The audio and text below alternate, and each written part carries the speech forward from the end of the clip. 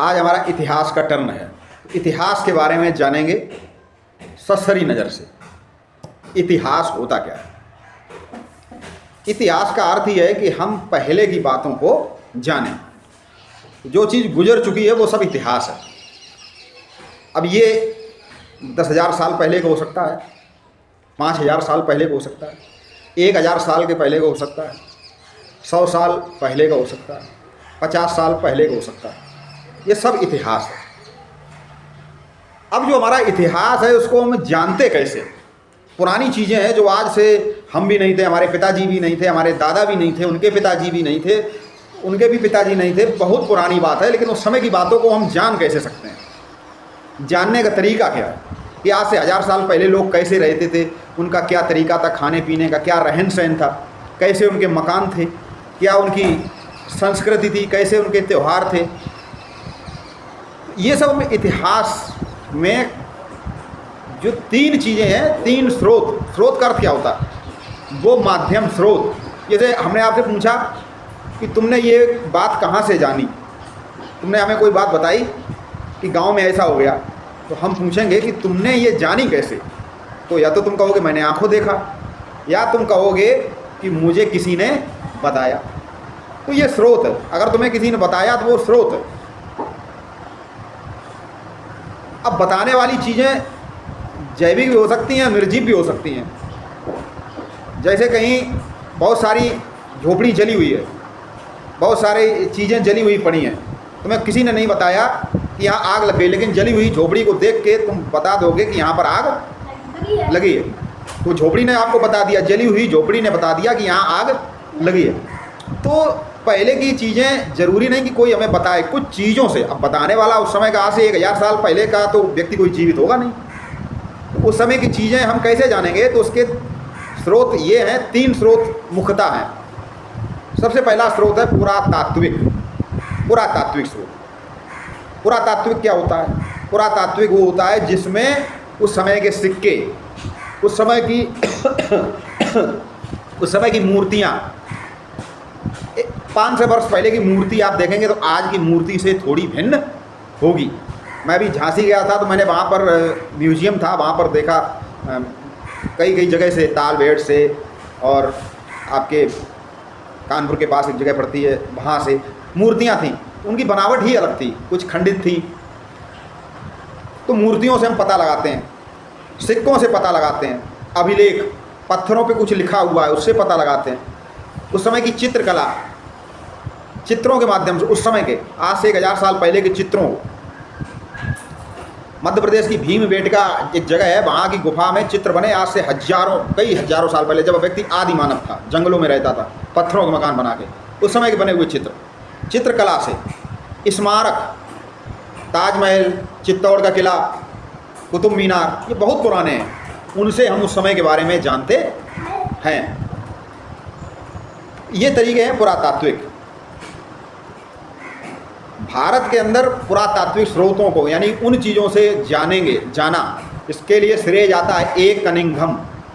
याद रखिए, ए कनिंघम, जिन्होंने इन चीज़ों के माध्यम से इतिहास के बारे में हमें जानकारी दी। पुराने समय वैदिक काल में वैदिक देवताओं, इंद्र, मित्र, वरुण, ये जो सब देवता थे, आज से लगभग 1400 ईसा पूर्व, यानी कि इधर हो गई 2400 साल और 1400 उधर, 3800 साल पहले। इस समय कितनी चल रही? 2024 चल रही है। 2000 इधर और 1400 उधर, 3424 साल पहले। एक जगह है बोगज कोई, वहाँ पे सबसे ज़्यादा अभिलेख मिले, प्राचीन अभिलेख। बेसनगर, जिसे विदिशा भी कहते हैं, वहाँ पर एक गरुड़ स्तंभ लेख है, वहाँ से। इस तरह चंद्रगुप्त द्वितीय हुए उस समय के, मालवा के अभिलेख हैं, प्रयाग के अभिलेख हैं। तो कई सारे जगह के अभिलेख हैं, इनके माध्यम से जानते हैं, सिक्कों के माध्यम से।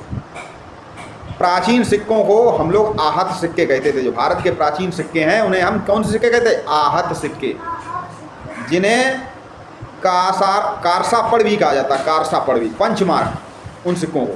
तो सिक्कों पे पहले राजा लोग अपने नाम लिखते थे, सिक्कों पे। अब नहीं लिखते, अब तो भारत सरकार लिखा होता। पहले सिक्कों पे राजा लोग अपने नाम लिख देते थे, तो सिक्कों से पता लगा लेते थे कि उस समय कौन सा राजा था।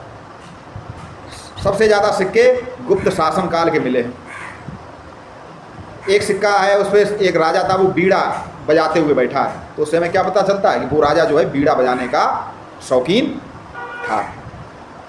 इस तरह हम सिक्कों के माध्यम से, उसके बाद ये तो हो गए स्मारक, सिक्के, अभिलेख हैं। उसका साहित्यिक स्रोत, साहित्यिक स्रोत क्या, उस समय के जो लेखक थे, देखिए पहले लोग होते थे तो वो राजा के बारे में लिखते रहते थे, राजा की प्रशंसा में कविताएं लिखते थे, राजा की प्रशंसा में कहानियाँ लिखते थे। तो वो जो किताबें हैं साहित्यिक स्रोत, उनके माध्यम से भी हम उस समय के बारे में जानते हैं। साहित्यिक स्रोत में धार्मिक साहित्य होते हैं, जैसे कि रामायण, महाभारत, वेद, पुराण, और धर्मेतर जो धर्म से अलग होते हैं, धार्मिक नहीं होते हैं लेकिन धर्म से अलग, राजाओं के बारे में लिखा है। जैसे हमने उस दिन बताया था कि चंद्रगुप्त के शासनकाल में कौटिल्य था, अर्थशास्त्र जिसने लिखा, तो उस अर्थशास्त्र से हम उस समय चंद्रगुप्त के बारे में, गुप्त शासनकाल की व्यवस्था, मौर्य, चंद्रगुप्त जो था मौर्य था, मौर्य शासनकाल व्यवस्था हम जानते हैं।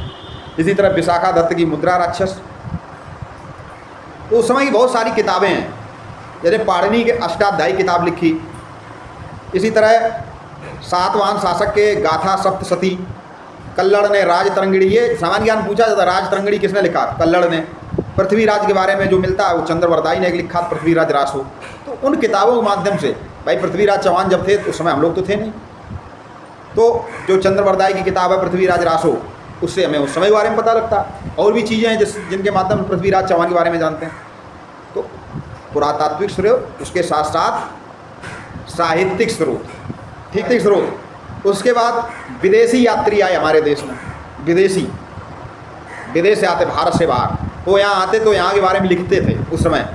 उनके माध्यम से वो जो लिखते थे उससे हम पता लगा लेते थे कि वो उस समय की क्या व्यवस्था थी, हैं। जैसे हाथ में लिख ले, हो हाथ में लिखने से कुछ पता होगा, नहीं होगा पता, लेकिन जो हमारे वो थे किताबों पे लिखते थे, किताबों पे लिखते थे, वो अपने पुस्तकें लिखते थे, अपने लेख लिखते थे, बताते थे यहाँ के बारे में। तो वो यात्री आए, जैसे कि उस दिन मैंने बताया था, एक यूनानी रोमन लेखक था टेरियस तथा हेरोडोटस, जिन्हें इतिहास का पिता भी कहा जाता है। उसके साथ ही सिकंदर आया था जब हमारे देश में, तो उसके साथ कई लोग आए थे लेखक, वो अपने साथ लेखक, उन्होंने लिखा उस समय के बारे में। विदेशी लेखक मेगास्थनीज, प्लूटार, स्टेरवो, मेगास्थनीज सेल्यूकस का राजदूत था। हाँ, और उस समय मेगास्थनीज ने एक पुस्तक लिखी थी जिसका नाम था इंडिका, उसके माध्यम से हम जानते हैं। चीनी यात्री एक आया था, उसने CU की किताब लिखी जो ह्वेनसांग था। उसके बाद जो है महमूद गजनवी के साथ लेखक आया था अलवरूनी, उसने एक किताब उल हिंद लिखी, उसने भारतीय सामाजिक दशा का वर्णन किया। तो हम किताबों के माध्यम, तो हम इतिहास को जानने के 3 स्रोत कौन कौन से हैं, एक पुरातात्विक स्रोत, एक साहित्यिक स्रोत, और तीसरा विदेशी यात्रियों के द्वारा जो वृत्तांत लिखे गए।